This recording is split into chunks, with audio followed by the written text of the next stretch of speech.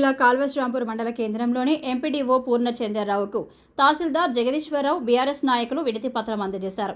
ఇటీవల ప్రభుత్వం విడుదల చేసిన ఎన్నికల జాబితాలో తప్పులు ఉన్నాయని, ఓటర్లు ఒక వార్డు నుంచి మరో వార్డులో, ఒక కుటుంబంలోని సభ్యులు ఒక్కొక్క వార్డులో లిస్టులో వచ్చాయని అన్నారు. ఓటర్ జాబితా తప్పులు ఉన్న ఓటర్లతో ఎంపీడీఓకు వినతి పత్రం అందజేసి ఓటర్ జాబితాను సవరించాలని కోరామన్నారు. ఓటర్ జాబితాలో చనిపోయిన వాళ్ళ పేర్లు, గ్రామంలో లేని వాళ్ళ పేర్లు కూడా ఓటర్ జాబితాలో వచ్చాయని, వాటన్నింటిపై ఎంపీడీఓ తహసీల్దార్కి ఫిర్యాదు చేశామన్నారు. ప్రభుత్వం వెంటనే స్పందించి ఓటర్ జాబితాను సరిచేయాలని వారు డిమాండ్ చేశారు. ఈ కార్యక్రమంలో మాజీ ఎంపీపీ నూనెటి సంపత్ యాదవ్, నిదానపురం దేవయ్య, వడ్నాల శ్రీనివాస్, మాదాసి చందు, మానస తదితరులు ఉన్నారు.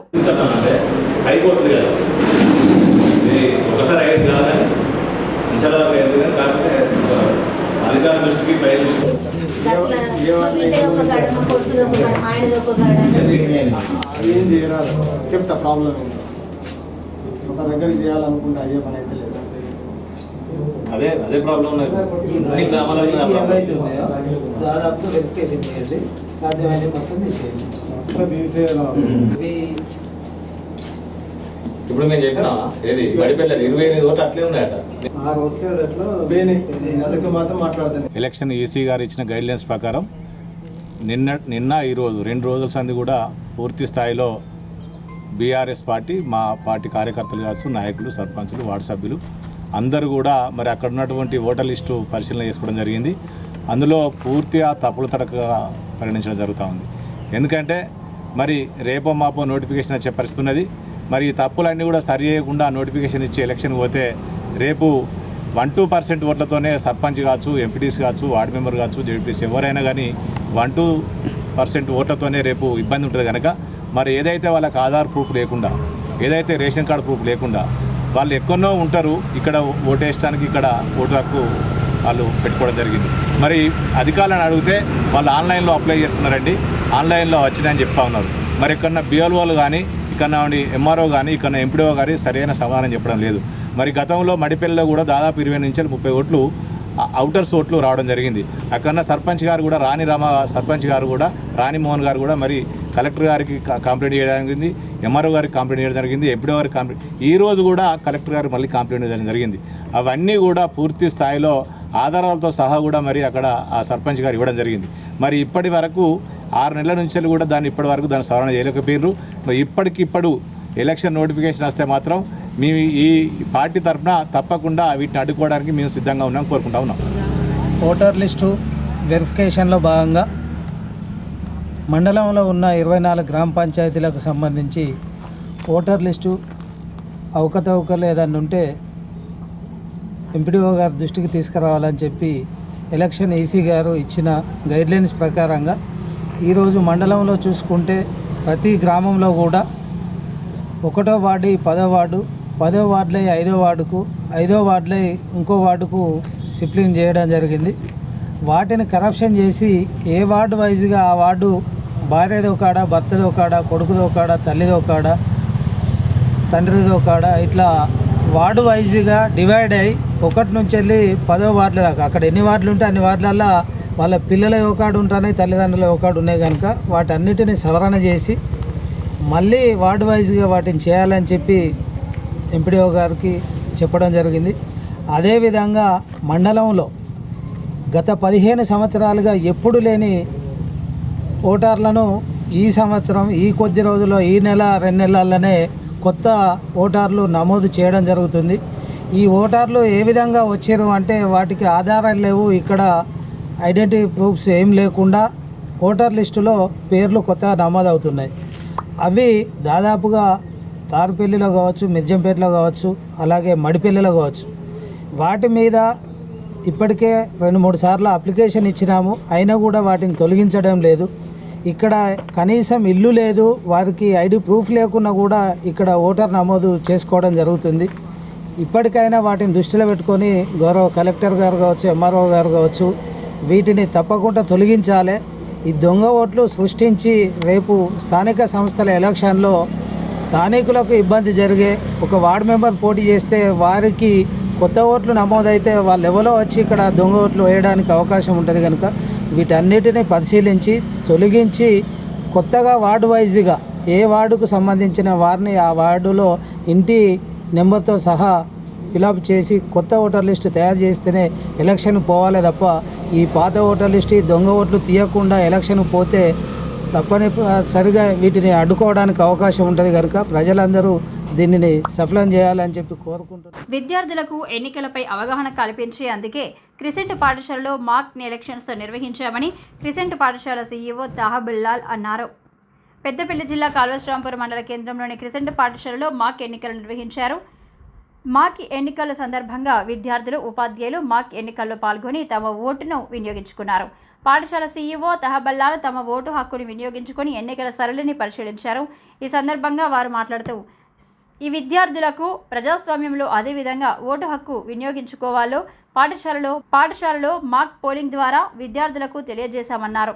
విద్యార్థులలో నాయకత్వ గుణాలు, బాధ్యతాభావం, ప్రజాస్వామ్య విలువలను పెంపొందించేందుకు మాక్ ఎన్నికలు ఎంతగానో ఉపయోగపడతాయని అన్నారు. ఈ కార్యక్రమంలో పాఠశాల కరెస్పాండెంట్ సయ్యద్ ఆయజ్, పాఠశాల సీఈఓ తాహబిలాల్, మేనేజింగ్ డైరెక్టర్ జమీర్, పాఠశాల ఉపాధ్యాయులు, విద్యార్థులు తదితరులు పాల్గొన్నారు.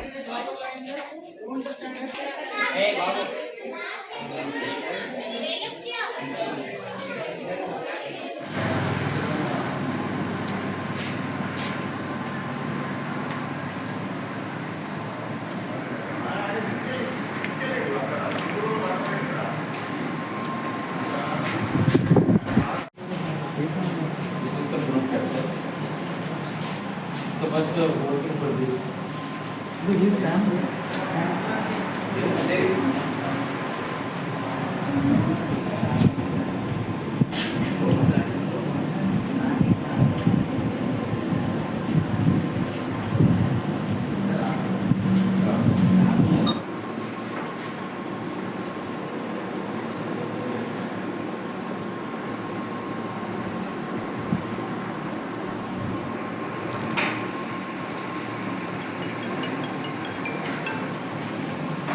Lots of participants from the boys.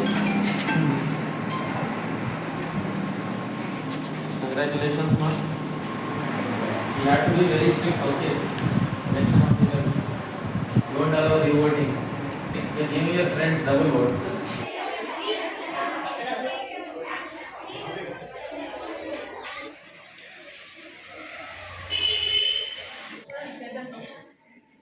ఒక స్టూడెంట్ మనం ఈరోజు క్రిసెంట్ ఉన్నత పాఠశాల కాల్వశ్రాంపురంలో మాక్ ఎలక్షన్స్ నిర్వహించాము. ఇందులో 1వ తరగతి నుండి 10వ తరగతి వరకు విద్యార్థులంతా 4 గ్రూపులుగా ఏర్పడి ప్రతి గ్రూప్ నుంచి captain, vice captain, school people leader మరియు అసిస్టెంట్ స్కూల్ పీపుల్ లీడర్ను ఎన్నుకున్నారు. ఎన్నికల ప్రక్రియ అనేది వాళ్ళు ప్రతినిధులు ఎలా ఎన్నుకోవాలని వాళ్ళు అర్థం చేయించే విధంగా మనం ఇది కండక్ట్ చేశాము. నాయకత్వ లక్షణాలు, బాధ్యతా భావం మరియు రాజకీయ పక్షాల్లాగా ఏ విధంగా క్యాంపెయినింగ్ చేయాలి, తర్వాత ఏ విధంగా మనం బ్యాలెట్ ద్వారా ఎలక్షన్స్ నిర్వహించి ఎట్లా ప్రతినిధులు ఎన్నుకోవాలి, ఇది ఎంత పెద్ద బాధ్యతని తెలియజేయడానికి మనం ఈ ప్రక్రియను ఏర్పాటు. పెద్దపల్లి జిల్లా కాల్వశ్రాంపురం మండల కేంద్రంలో ఇటీవల కాంగ్రెస్ నాయకుడు బైరి శ్రీనివాస్ 45 సంవత్సరాలు అనారోగ్యంతో మృతి చెందాడు. మృతుని కుటుంబాన్ని ఎమ్మెల్యే చింతకుంట విజయరమణరావుతో పాటు కాంగ్రెస్ నాయకులు పరామర్శించారు. మృతుడు శ్రీనివాస్ కుటుంబం కడు నిరుపేదలు కావడంతో స్పందించిన ఎమ్మెల్యే చింతకుంట విజయరమణరావు, మాజీ ఎంపీ గోపగొని సారయ్యగౌడ్తో పాటు పలువురు నాయకులు స్పందించి మృతుని కుటుంబానికి 50,000 రూపాయల ఆర్థిక సాయం అందించి తమ ఉదారత చాటుకున్నారు.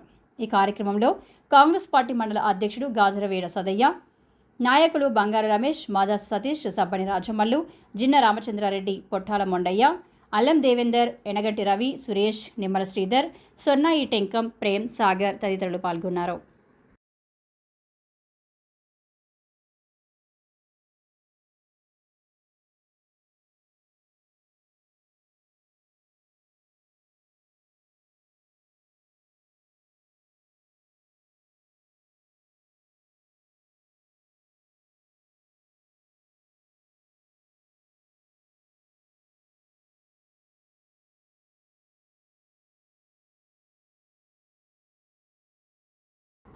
పెద్దపల్లి జిల్లా ఓదెల మండలంలోని కొమిరి గ్రామంలోని శ్రీ వీరాంజనేయ స్వామి ఆలయం వద్ద ఏర్పాటు చేసిన గణేష్ మండపంలో మండల కాంగ్రెస్ పార్టీ అధ్యక్షులు, మాజీ సర్పంచ్ మూల ప్రేమ్ సాగర్ రెడ్డి, ఉమామహేశ్వరి దంపతులు ప్రత్యేక పూజలు నిర్వహించారు. ఈ సందర్భంగా వారు మాట్లాడుతూ గణేష్ ఆశీస్సులతో వర్షాలు సమృద్ధిగా పడి పాడి పంటలు సమృద్ధిగా పండాలని ఆ విఘ్నేశ్వరుని కోరుకోవడం జరిగిందన్నారు. ఈ కార్యక్రమంలో మాజీ నీటి సంఘం చైర్మన్ కొత్తిరెడ్డి రాజిరెడ్డి, కొత్తారెడ్డి వెంకటరెడ్డి, శ్రీమంతుల వీరబ్రహ్మం, ధనంజయ, వీరారెడ్డి తదితరులు పాల్గొన్నారు.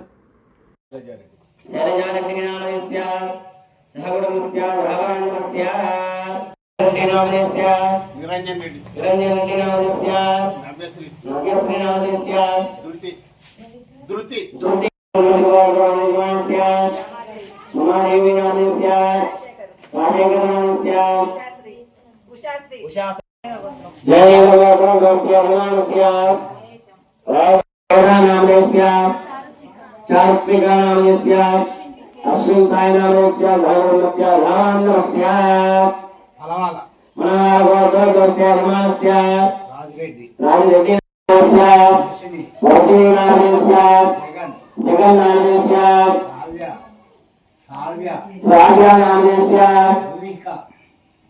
बुरिका विष्णु नामस्य धर्मस्य धामस्य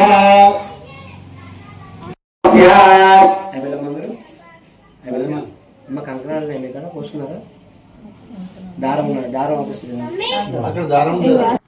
పెద్దపల్లి జిల్లా ఓదెల మధ్యాహ్న భోజన కార్మికుల సమస్యలు పరిష్కరించాలని ఓదెల మండల విద్యాధికారి కార్యాలయం ముందు నిరసన తెలిపి వినతి పత్రం అందజేశారు.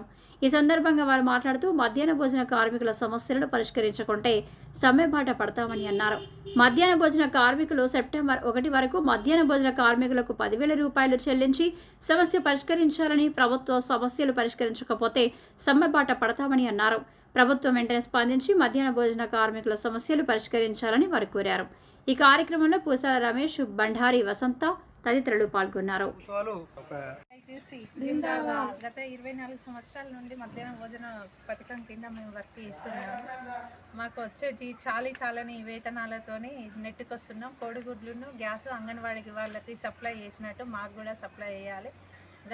ఇప్పుడు కొత్త వచ్చిన కాంగ్రెస్ ప్రభుత్వం 10,000 జీతం ఇస్తామని అన్నారు కాబట్టి అది మేనిఫెస్టోలో పెట్టిండ్రు.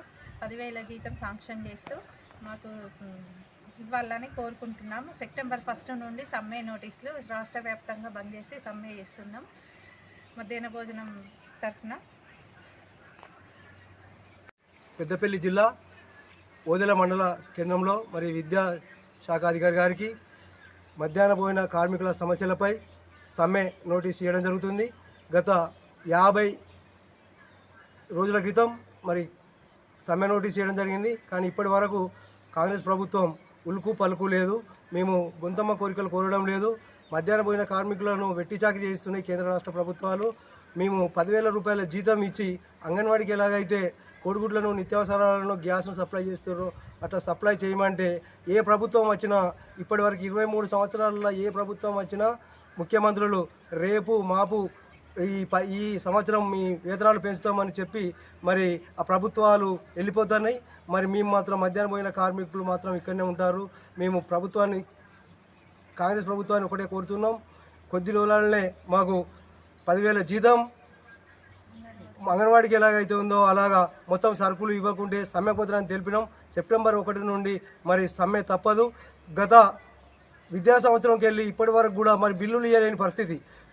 కోడిగుడ్ల పైసలు కూడా పోయిన సంవత్సరం నుండి ఇప్పటి వరకు అంటే దాదాపు 7 నెలలుగా మధ్యాహ్న భోజన కార్మికులకు కోడిగుడ్ల పైసలు లేవు. 9-10 తరగతి పిల్లలకు మెస్ బిల్లులు లేవు. అలాగే సమ్మెకు పోదామంటే బెదిరింపులకు పాల్పడతారు. మరి పెట్టుబడి కూడా పెట్టి చేస్తామని మేము ఎక్కడ అగ్రిమెంట్ చేయలేదు. ప్రతిసారి మాకు ఫస్ట్ మధ్యాహ్న భోజనం ప్రారంభం ఎప్పుడైందో మరి నెలకు 3 రోజుల ముందు డబ్బులు ఇచ్చి మరి సరుకులు కొనుకొచ్చి పెట్టుకున్నారు. అది 3 రోజుల ముందు పోయి ఇప్పుడు 3 నెలలు దాటి అట్లాగే సంవత్సరం దాటినా డబ్బులు ఇవ్వని పరిస్థితి. మరి అలాగే మధ్యాహ్న భోజన కార్మికులు ఎవరైతే బడికి పోతే మరి కోడిగుడ్లు పెట్టండి, సరే పెడతాం. మరి ఏది పొద్దున రాగి జావ చేయాలి, వారంలో 3 సార్లు కోడిగుడ్లు పెట్టాలి. ఈ పనికి కనీసం పొద్దున 8 గంటలకు పోతే 4 గంటల వరకు టీచర్లతోటి పోతే టీచర్లతోటి బయటకు వెళ్ళే ఉన్నది. కాబట్టి ఫుల్ టైమర్గా గుర్తించి మధ్యాహ్న భోజన కార్మికులకు సమాన పనికి సమాన వేతనం ఇవ్వాలి. అయినప్పటికీ మేము అన్స్కిల్డ్గా 10,000 రూపాయలు అడుగుతున్నాం. ప్రభుత్వాలను విపరీత కోరికలు కోరతలేం. కాబట్టి ఖచ్చితంగా 10,000 రూపాయలు సెప్టెంబర్ 1 లోపు చెల్లించకుంటే సమ్మె అనివార్యమని మేము ప్రభుత్వాన్ని హెచ్చరిస్తున్నాం.